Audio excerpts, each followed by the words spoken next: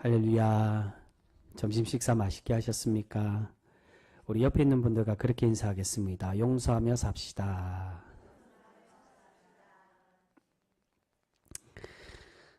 제가 이렇게 인사로 시작을 해서 지금 당장 용서하라고 그렇게 생각하실 수 있는데 사실은 이 반대를 이야기하고자 합니다. 이런 기독교의 최고의 미덕을 이야기하면 사랑과 용서라고 말합니다. 그런데 많은 이들이 기독교의 미덕이 사랑과 용서이기 때문에 어떠한 경우가 있어도 무조건적으로 사랑하고 용서해야 되는 것으로 생각하기가 쉽습니다. 그런데 오늘 말씀을 보시면 성경 우리에게 그렇게 말씀하시지 않는다는 겁니다. 분명 결론은 사랑과 용서를 말씀하시지만 그러나 그 사랑과 용서에 무엇이 있음을 말씀합니까? 기준과 조건이 있다라고 우리에게 말씀해 주고 있습니다. 오늘 본문은 크게 세 가지의 주제로 나누어져 있습니다. 처음에는 남을 실족하게 하는 일에 대한 경고와 두 번째 말씀은 잃은 한 마리의 양에 대한 이야기, 그리고 끝으로 공동체에서 죄를 지은 지체에 대한 징계에 대해서 말씀해 주고 있습니다. 겉으로 보면 이 세 가지 말씀은 전혀 상관이 없는 다 나누어진 말씀처럼 보입니다. 하지만 이 말씀을 자세히 보시면 이 세 가지 말씀은 모두 다 이어져 있는 것을 우리가 알 수 있습니다. 그런데 이 세 가지 말씀이 이어지게 하는 핵심 단어가 오늘 본문에 나옵니다. 그 핵심 단어가 무엇일까요? 지금 이 말씀에서 나오는 대상이 누구라고 이야기를 하십니까? 우리 오늘 첫 절에 보시면 6절에 보시면 누가 나옵니까? 누구를 실족해 하면요? 작은 자, 바로 소자에 대해서 이야기합니다. 두 번째 잃은 양도 소자라고 말씀하고요. 세 번째는 소자가 나오지 않지만 사실은 감추어져 있지만 이 세 번째 징계받는 사람에 대해서도 소자를 의미하고 있습니다. 모두가 다 소자에 관한 말씀으로 들려주고 있습니다. 근데 이 소자는 우리 지난번 시간, 우리 오늘 18장 초반에 앞에 나오는 어린아이와 이 소자는 동일한 의미, 이어지는 말씀이라고 할 수 있습니다.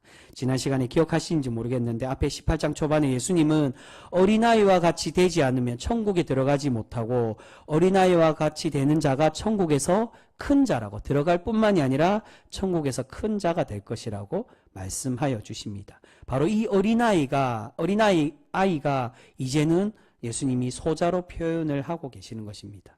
그리고 이어서 오늘 첫 번째 말씀으로 이 작은 자를 실족해 하는 사람에 대해서 경고를 하고 계십니다. 우리 6절 말씀 다시 한 번 더 같이 읽겠습니다. 6절입니다. 시작. 누구든지 나를 믿는 이 작은 자 중 하나를 실족하게 하면 차라리 연자 맷돌이 그 목에 달려서 깊은 바다에 빠뜨려지는 것이 나으니라. 아멘. 여기서 소자를 실족하게 하는 사람이 큰 벌을 받을 것이라고 말씀하십니다. 그렇다면 실족하게 한다는 게 무슨 뜻일까요? 여러분, 실족한다는 게 무엇이겠습니까? 이게 저도 예전에는 그렇게 오해를 많이 했는데 우리가 흔히 실족하게 한다는 걸 낙심시키는 것, 마음에 상처를 주고 상하게 하는 것으로 생각하는 경우들이 있습니다. 근데 사실은 실족하는 것과 이 낙심이라는 말은 다른 의미입니다. 우리말에서도 실족하게 한다는 건 걸려서 넘어뜨리는 것을 의미합니다. 이 헬라 원어로도 이걸 스캔달리조라고 되어 있습니다. 스캔달리조는 우리가 흔히 아는 스캔달과 같은 뜻입니다. 스캔달은 장애물을 의미합니다. 그러니까 장애물 때문에 우리가 장애물이 되어서 다른 사람을 넘어지게 하는 것을 말씀하는데, 근데 오늘 이 말씀에 실족해 하는 말씀의 깊은 의미, 넘어뜨리게 한다는 건 단순히 그 사람이 넘어져서 다치게 하거나 상하게 한다, 그걸 말하는 게 아니라 그 사람을 죄를 짓도록 넘어뜨리는 것을 의미하고 있습니다. 그래서 여기는 이 전체적인 말씀이 죄를 짓게 하여 하나님과 멀어지게 하는 그런 실족함, 그렇게 다른 이들과 하나님, 이 소자들을, 하나님의 연약한 자, 소외된 자, 이 소자들을 하나님과 멀어지게 만드는 그런 죄인으로 만드는 이 사람이 하나님께 책망받고 징계를 받을 것이라고 말합니다. 그렇게 소자를 실족시켜 죄를 짓게 하면 큰 벌이 내릴 것인데 그러한 사람은 도리어 어떻게 하라고 말씀하십니까? 몸에 그러한 잘못을 한 것이 있으면 잘라 버리라고 예수님은 말씀하고 계십니다. 우리 8절 말씀 같이 읽겠습니다. 8절입니다. 시작. 만일 내 손이나 내 발이 너를 범죄하게 하거든 찍어내버리라. 장애인이나 다리 저는 자로 영생에 들어가는 것이 두 손과 두 발을 가지고 영원한 불에 던져지는 것보다 나으니라. 아멘. 이 말씀은 신체를 잘라내라 그것을 말씀하는 것이 아닙니다. 여기서 왜 우리의 신체 팔을 자르거나 눈을 뽑아내라고 그렇게 말씀하십니까? 그것은 주님의 몸된 교회의 지체가 되는 사람 중에 다른 사람을 실족시키는 사람, 하나님과 멀어지게 하는 죄를 짓게 되면 그 사람을 잘라내 버리라는 것입니다. 여기서 예수님께서의 관심은 소자보다는 실족해 시키는 사람에게 더 관심이 있습니다. 소자는 당연히 앞에서 말씀드린 것처럼 그를 섬기고 영접하고 높여주어야 됩니다. 그런데 앞에 어린아이에 대해서도 말씀하고 계시는 것처럼 여기서 우리는 이 소자는 당연히 주님께 존중받고 또한 세움받는 소자가 되고 어린아이가 되는데 이 소자와 어린아이를 상대하는 주님의 제자, 하나님의 성도, 우리는 어떻게 해야 되냐는 것입니다. 그 소자를 섬기고 높여주는 사람이 될 뿐만이 아니라 그를 넘어뜨리게 하고 범죄하게 하는 사람이 되지 않도록, 우리가 만약에 그렇게 되면 그렇게 시키는 사람을 잘라내어서 공동체를 의롭게 만들고 거룩하게 만드는 것이 옳은 것이지 그들과 함께 공동체가 부패하고 썩어지는 것이 옳지 않음을 우리에게 말씀합니다. 이것은 이어서 나오는 잃어버린 한 마리의 양에서도 동일하게 우리에게 말씀합니다.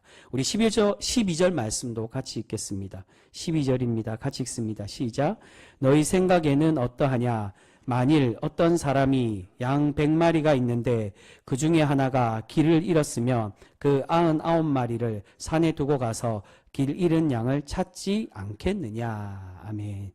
이 말씀에 많은 사람들이 오해를 합니다. 우리 하나님은 99마리 양보다 길을 잃은 한 마리의 양을 더 귀하게 보신다라고 생각을 합니다.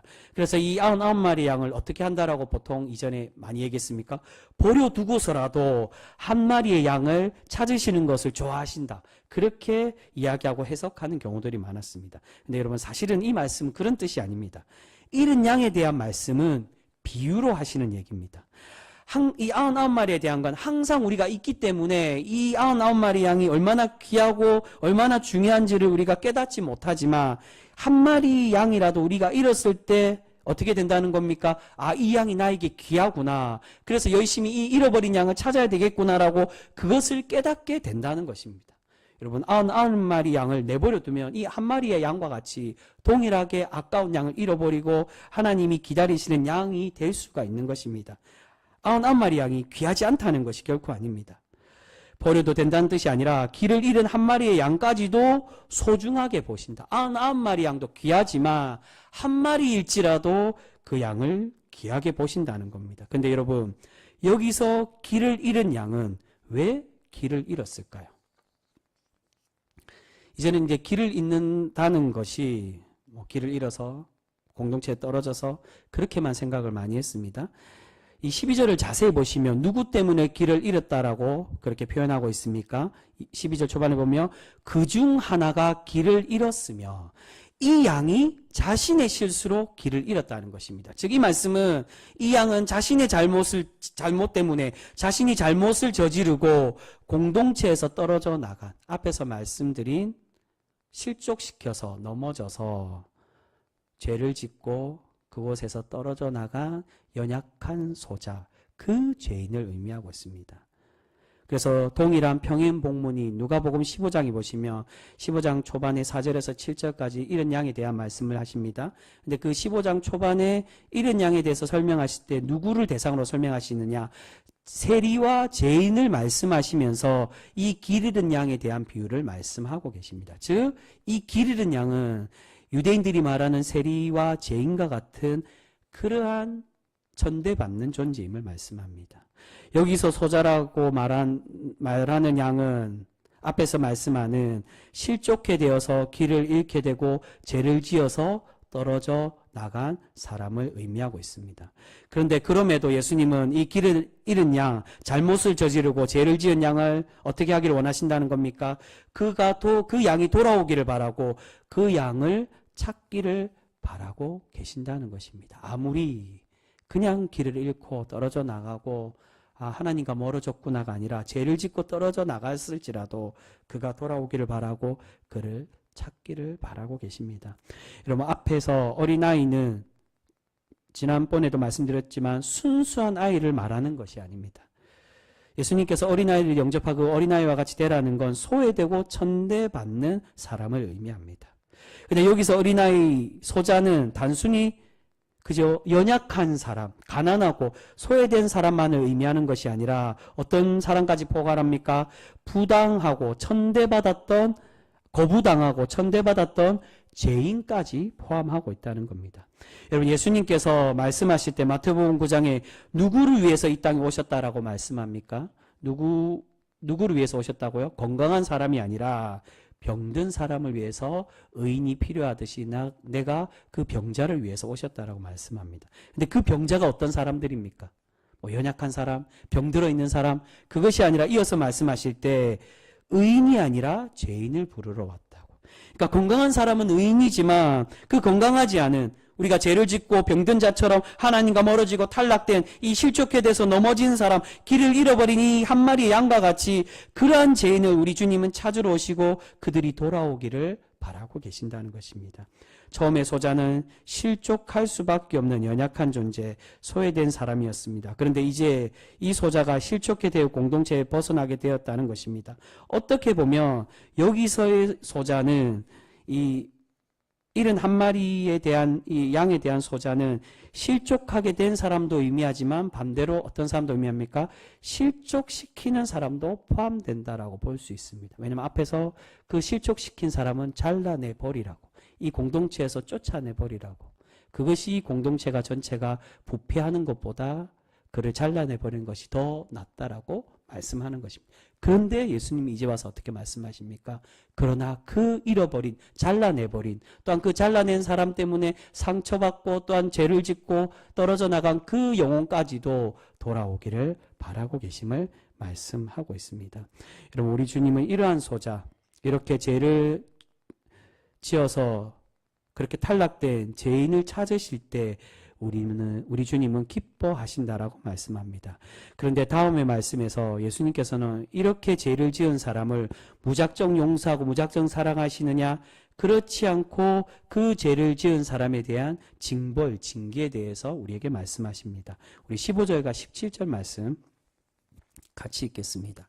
15절에서 17절까지 말씀 우리 같이 읽겠습니다. 시작. 내 형제가 죄를 범하거든 가서 너와 그 사람과만 상대하여 공고하라. 만일 들으면 내가 내 형제를 얻는 것이요, 만일 듣지 않거든 한두 사람을 데리고 가서 두세 증인의 입으로 말하다 확증하게 하라. 만일 그들의 말도 듣지 않거든 교회의 말하고 교회의 말도 듣지 않거든 이방인과 세리와 같이 여기라. 아멘. 만약 죄인이 있으면, 공동체 안에 죄인이 있으면 처음에는 한 사람이 가서 공고하라고 말씀하십니다. 그런데 그래도 말을 듣지 않으면 두세 사람이 가서 공고하고, 그럼에도 그가 회개하지 않으면 이제는 어떻게 하라고요? 교회 전체가, 교회 공동체가 그 사람이 회개할 수 있도록 공고하고 징계하고 책망하라고 말씀하십니다. 근데 끝에 17절 마지막 부분에 그래도 듣지 않으면 어떻게 말씀하십니까? 이방인과 세리와 같이 여기라고 말씀하십니다. 이 이방인과 세리와 같이 여기란 말이 무엇을 의미합니까? 잘라내버리라는 겁니다. 출교에 대한 말씀을 합니다. 그가 회개하지 않으면, 회개하지 않기 때문에 우리 주님은 사랑이시니까 그들 다 용서해줘, 그게 아니라 그 공동체가 부패하고 이제 죄의 공동체가 되지 않도록 그 사람을 출교시키고 깨달을 수 있도록 잘라내버리고 뽑아내버리라는 겁니다. 여러분, 우리는 자칫하면 예수님은 사랑의 주님이시기 때문에 어떠한 경우에도 용서하시고 사랑하신다라고 생각하고 그렇게 이야기합니다. 하지만 우리가 분명히 기억해야 될 것은 회개하지 않고 하나님께로 돌이키지 않으면 우리 하나님은 그 사람을 결코 용서하시 않음을 우리에게 말씀해 주고 있습니다. 여러분, 성경 전체가 바로 우리에게 그것을 말씀합니다. 돌아온 탕자가 왜 용서를 받습니까? 우리에게 말씀하고자 하는 것은 죄를 지은 그 아들이지만 여전히 아들로 여겨주시고 용서받는 이유는 아버지께로 어떻게 했다고요? 돌아왔기 때문입니다. 이제 종으로 받아달라고 이 아들이 아버지께로 나아갔지만 아버지께로 돌아왔기 때문에 아버지가 이 아들을 종이 아닌 아들로 받아주는 것입니다. 이 말은 돌아왔다는 건 회개하고 아버지께로 돌아왔다는 것입니다. 우리 주님은 용서하시고 그렇게 돌아온 이들을 받아주시고 사랑으로 품어주시겠다라고 말씀합니다. 그렇지 않고 끝까지 회개하지 않고 고집을 부리면 결국 어떻게 하십니까? 가라지처럼 솎아내고 뽑아내 버리겠다라고 우리에게 말씀하십니다. 우리는 하나님께 용서받고 사랑받는 자녀가 되기 위해서는 죄에서 돌이키고 회개하는 신앙인이 분명히 되어야만 합니다. 그런데 많은 신앙인들이 여기서 실수를 합니다. 우리 주님은 사랑의 하나님이시고 여전히 나를 사랑하시기에 나를 용서하시고 사랑하고 계신다고. 그렇기에 누구도 다들 죄인이기 때문에 나에게 죄를 물을 수 없다라고 그렇게 이야기하며 그렇게 생각하시는 분들이 있습니다. 오늘 내가 죄를 지어도 하나님은 나를 여전히 사랑하신다라고. 근데 우리 주님은 오늘 이 말씀에 우리에게 그렇게 말씀하시지 않습니다. 우리 하나님께서 용서하시는 사람은 회개하는 사람이라고 말씀합니다.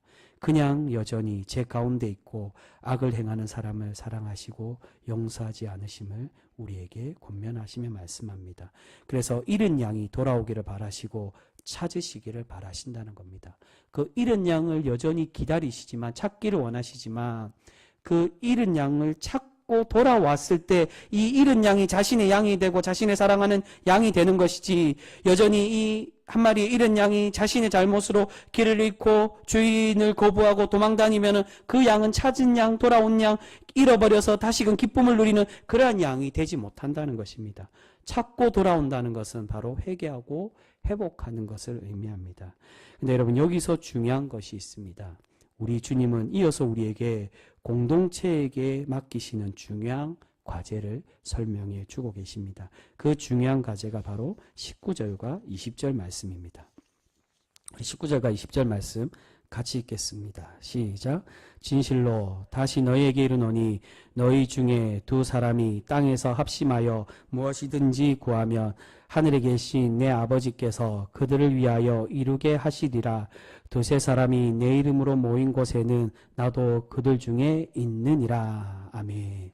여러분 여기서 우리 주님께서 두세 사람이 주님의 이름으로 함께 모이고 이 두세 사람이 합심해서 무엇이든지 구하며 하나님께서 우리 주님께서 그들과 함께 하시고 그들의 기도를 이루어 주시겠다라고 말씀하고 계십니다. 네, 여러분 여기서 무엇이든지 기도하면 들어주시겠다라고 말씀하시는 이 무엇이든지를 무엇을 의미하는 걸까요? 아무거나 다 기도하면 함께 모여서 합심하면 다 들어주겠다 그것을 말씀하는 것일까요? 그렇지 않고 이 말씀은 바로 직전에 나오는 징계에 대한 그 말씀으로 이어서 말씀합니다. 그 영혼을 위해서 기도할 때 하나님이 그 사람들 그 두세 사람의 기도를 들어주신다라고 말씀합니다.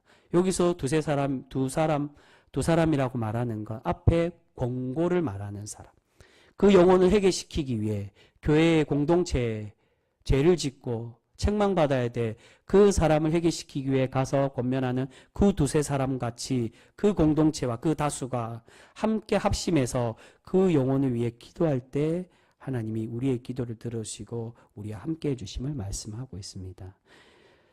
여러분 여기서 말하는 두세 사람이 합심해서 기도하는 내용은 바로 출교당해야 될 이 영혼을 위해 기도하라는 것입니다. 회개하지 않고 돌아오지 않는 사람을 하나님은 뽑아버리시는데 그럼에도 너희는 너희 공동체가 그가 돌아오고 회개할 수 있도록 그들을 기다려주고 그들을 기도해라고 우리에게 권면하십니다.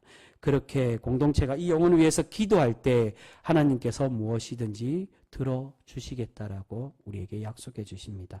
그래서 19절의 초반에 보시면 어떻게 말씀합니까? 진실로 다시 너희에게 이르노니 이 징계에 대해서 다시금 말씀하겠다는 그 영혼을 위해 내가 다시금 말씀하겠다는 겁니다. 두 사람이 그들을 위하여 함께 합심해서 이 영혼을 위하여 기도할 때 무엇이든지 들어주며 내가 그들과 함께 있겠다라고 그 모임 가운데 그 영혼을 위해서 기도하는 그 선한 공동체 모습 가운데 내가 함께하고 함께 그들이 기도할 때 그들과 함께 기도하며 그 영혼이 돌아올 수 있도록 이루어 주심을 우리에게 말씀해 주고 있습니다. 사랑하는 성도 여러분, 우리 주님은 죄인을 용서하실 때 죄까지 용서하시는 분이 결코 아니십니다.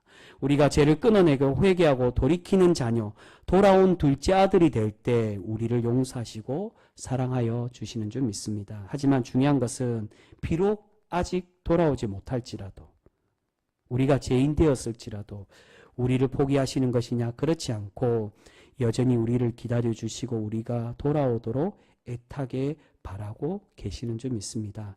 여러분 우리가 이제 그러한 주님의 마음을 깨닫고 주님의 마음을 닮아서 날마다 하나님께로 돌아가며 하나님이 기다리시는 그 사람에게는 항상 중보하며 사랑과 용서로 바라보실 수 있는 그러한 성도 우리 모두가 되실 수 있기를 소망합니다.